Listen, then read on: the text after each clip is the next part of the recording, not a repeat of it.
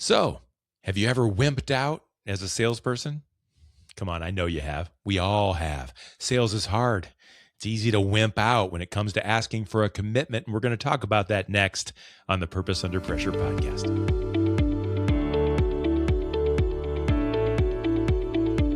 Well, welcome back. My name is Bryan, and this is Purpose Under Pressure. It's a podcast about developing sales and leadership success on purpose and under pressure. And it's brought to you by the professional sales and leadership training team at Sandler by the Ruby Group. You'll find them in Akron and Columbus, Ohio.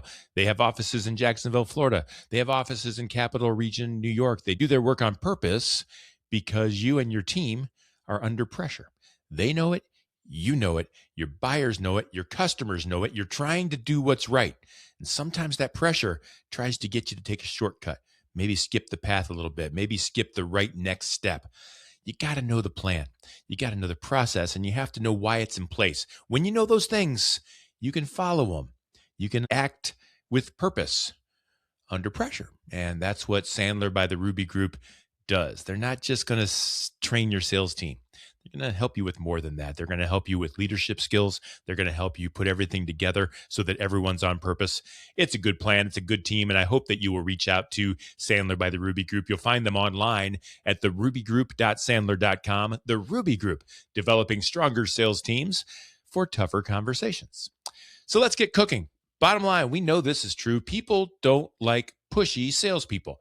Many people think that's the only way a salesperson is, by definition. We're pushy. People say, I'd love to do sales. I'd be good at sales. I love talking to people, but I don't want to be pushy.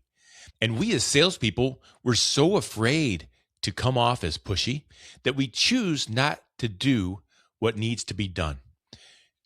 Specifically, most importantly, we won't ask for a commitment. Instead, we wimp out. You ever wimp out? You ever wimp out? It comes to the moment of truth. You're talking to the buyer. Everything's going great. You get to the end, and instead of asking the hard question like, Mr. Jones, are you ready to buy today? Or Mrs. Smith, can we move forward with the next step? You say, okay, so then I guess you'll let me know. Or worse, okay, so then what's next? What do we do now? Man, that's so awkward. You ever been there? It's because you wimped out.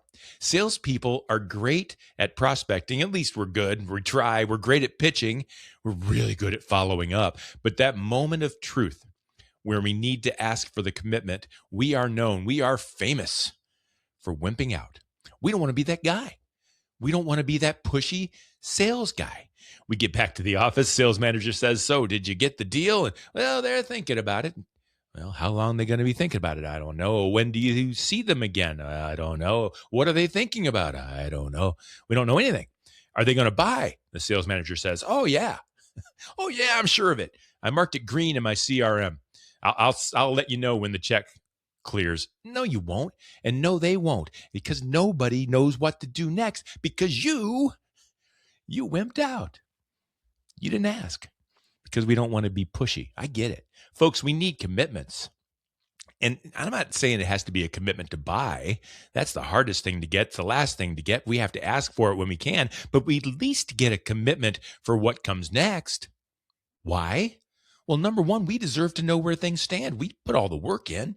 We did all the stuff so far. We put the time in. But number two, and maybe most importantly, and definitely most importantly, your customer doesn't need the pressure. You didn't ask for a commitment because you didn't want to put the pressure on. I'm saying when you don't ask for a commitment, you are adding to the pressure. What do I mean? When we don't get a commitment, no one knows the next step. And that creates pressure on your buyer. And why in the world would you as a salesperson want to make it hard on your buyer? You're there to help. You're adding pressure when you don't define a clear future. You're there to guide them. This is your sale. You're there to show them how to buy. You're the one who knows what's next, not them. Are you calling them or are they calling you? Are you getting any more info together or is it on them to get next steps? Where do things stand?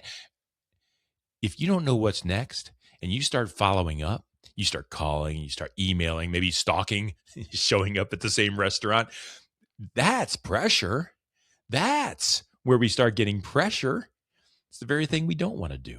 So if the owner feels the pressure on having to know what's next, the easiest way for them to relieve that pressure is to just bury it. They stick you at the bottom of the inbox. We'll figure this out someday. Or maybe the next salesperson in line has a better plan and they go with them. Look, don't wimp out. I know you're under pressure and I know you want to act on purpose. Here's those 3 types of pressure that you need to be watching for so that you can kind of turn the pump down a little bit. Pressure number 1, he'll think I'm pushy. We talked about that. That's what we're talking about right now. You don't suggest what's next because you don't want to cross the line. Mr. Jones, if you're ready to get started, I can have the first shipment here in 2 weeks. Hold on, young man. Don't move so forth. I mean, there is that risk. Sure. But wouldn't you rather know where you stand? You missed a step somewhere along the line. If you're ready to commit and they're not, don't wimp out. Let's figure it out now, not later. Pressure point number 2, you're afraid to talk about money. It's true. No one likes to talk about money. No one leads with price. Like unless you're the deli ad at the grocery store and you're, low price deli, no one leads with price unless you're super, super cheap. You're not leading with price. We hold on to price until the end. And even then, sometimes we're afraid to go there. So young man, what's this going to cost? Well, sir, tell you what, based on our meeting, things are going real low. Let me go back to the office. I'll sharpen my pencil. I'll run some numbers. I'll get back to you with the price you're going to love. No, one of Sandler's rules is that you discuss price early on in the process. But if you do wimp out and you wait, you need to go there. Like we just said, if price is an issue, isn't that a handy bit of information to have? Let's go there. Don't wimp out. Finally, pressure number 3, I'm afraid to hear no. And man, that's real. Buyer's nodding his head. All systems go. The check's almost in the mail. You don't want to screw that up. You ask for a commitment. Be that a next meeting date, a next step in the process, a commitment to buy. Folks, there's a chance you're going to hear no. And no is a salesperson's least favorite word. Tell you what, young man, I'm sure we're going to do this. I'll give you a call next week. How does that sound? That sounds terrible. You don't have a commitment. You've got a nodding head. You don't have a commitment, and he's not going to call. Pin down the next step. If he's not ready to do that next step, ask why not. What else does he need to know? What else does he need to learn? And make that the next commitment. But don't leave with nothing on the books. Don't wimp out.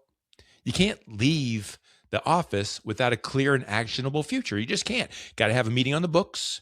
You got to have an action item with a deadline that you both agree on. You've got to have that approval process set up, a signed deal, maybe, whatever it is. Your customer deserves that, and it won't just happen.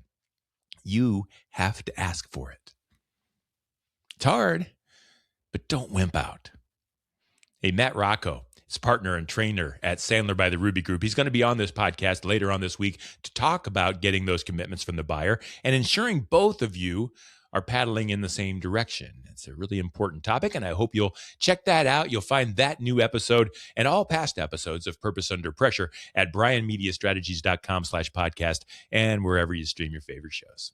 It's brought to you by the Ruby Group, developing stronger sales teams for tougher conversations. And until next time, no matter how high the pressure gets, don't wimp out and stay on purpose.